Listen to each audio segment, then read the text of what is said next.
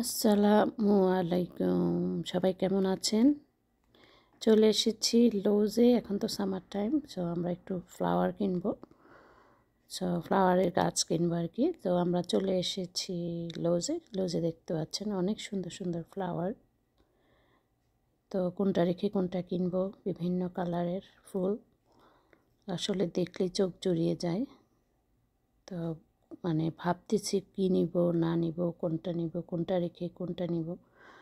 তো এই যে অ্যানুয়াল দেখা যাচ্ছে, এগুলি হলো অ্যানুয়াল ফ্লাওয়ার। এগুলি হলো অ্যানুয়াল ফ্লাওয়ার, মানে হলো আপনার এক বছরেই শুধু থাকবে, এই সামারে, আগামী বছর আর হবে না। আর এটা হলো লিলি, এটা হলো প্যারানিয়াল, এটাকে বলে প্যারানিয়াল।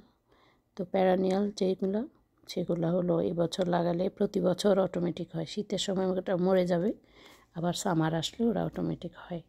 তো আমি অ্যানুয়ালের চেয়ে আসলে প্যারানিয়ালটা আমি বেশি পছন্দ করি, কারণ তাইলে আমাদের এক খরচে অনেক বছর চলে যাবে আর কি, বারবার লাগাতে হয় না। কারণ বারবার ফুল লাগানো আসলে এটা একটা হ্যাসল। বারবার মাটি কিনো, নতুন করে মাটির দাও, সার দাও, তারপরে গাছ লাগাও। তো এটা একটা খুবই মানে বিরক্তিকর। আর থাকে হলো অল্প কয়েকদিন, আবার পরের বছর আবার নতুন করে কিনো। এবং প্ল্যান্টের দামও, ফ্লাওয়ারের দামও কিন্তু অনেক বেশি, এমন না যে খুব কম দাম। তো প্রতি বছর এরকম কিনে কিনে আসলে লাগানোটা আমার জন্য একটু টাফ।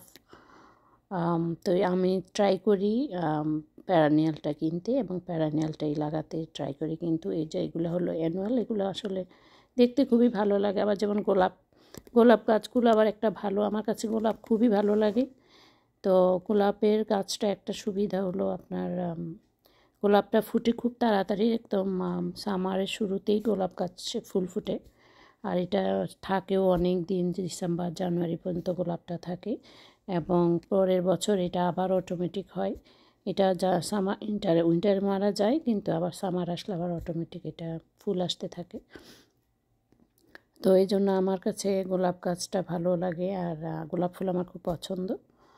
তো গোলাপ ফুলটা আমি মোটামুটি আমার বাসায় অনেকগুলো গোলাপ গাছ। তো এইটা হলো গাঁদা ফুল, যেটা আমাদের বাংলাদেশেও আছে। তো এই গাঁদা ফুলটা আমার খুবই পছন্দ। আমাদের দেশেও একটা ভাই বাসে বাসার সামনে। তো এই গাঁদাটা আমি কিনি, যদিও এটা অ্যানুয়াল, এটা এক বছর পরে আর থাকে না, এটা মারা যায়। পরে বছর আবার অটোমেটিক হয় না, এটাকে আবার নতুন করে লাগাতে হয়। কিন্তু গাঁদা ফুলটা আমি প্রতি বছর লাগাই। এটা অ্যানুয়াল হইলেও এটা আমি লাগাই, আমার কাছে খুব ভালো লাগে। আর গাঁদা ফুলটা আর একটা ভালো হলো, এটা আপনার অনেক দিন মানে ফুটে খুব তাড়াতাড়ি, আবার এটা থাকে অনেক দিন। এটা অনেক শীতেও এই ফুলটা মারা যায় না, এটা বেঁচে থাকে। তো দেখা যায় ডিসেম্বর জানুয়ারি পর্যন্ত এই ফুলটা ফুটতে থাকে।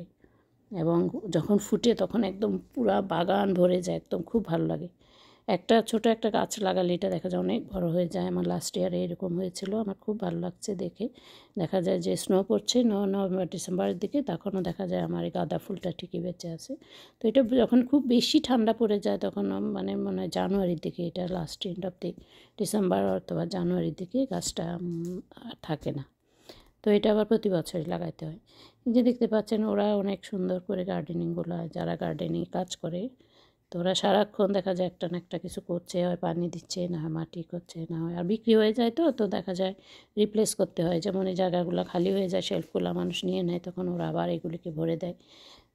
ওদের একটা আলাদা জায়গা আছে যেখানে ওরা ফ্লাওয়ারগুলি এনে স্টক করে রাখে, পরে ওখান থেকে এনে এনে এখানে ডিসপ্লে করে।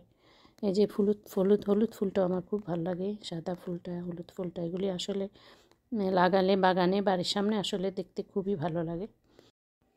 তো বন্ধুগণ, চলে এসেছি গোলাপের বাগানে। দেখতে পাচ্ছেন খুব সুন্দর সুন্দর গোলাপ ফুটে আছে, একদম লাল টকটকা। তো আসলে ভেবেছিলাম আজকেও গোলাপ কিনবো, কিন্তু সবই লাল। যখনই গোলাপ কিনতে আসি দেখি শুধু লাল গোলাপ, অন্য কোনো কালারের গোলাপ পাওয়াই যায় না। আর আমার লাল গোলাপ অলরেডি আমি কিনেছি গত লাস্ট ইয়ারে। তো এখন আবার সেই লাল গোলাপ কিনবো, তো এই জন্য আর কিনা হলো না। তো কখনোই আসলে কোনো অন্য কালারফুল গোলাপ পাই না, যেমন বিভিন্ন কালারের গোলাপ, ইয়েলো, হোয়াইট। তো এই গোলাপগুলো তো কখনোই দেখি না আসলে, হয়তো আসলে বিক্রি হয়ে যায়। তো আমি আসলে দেখি সবসময় খালি লাল গোলাপ। আমার বাসায় অলরেডি লাল গোলাপ আছে, এই জন্য আজকে আর গোলাপ কিনলাম না।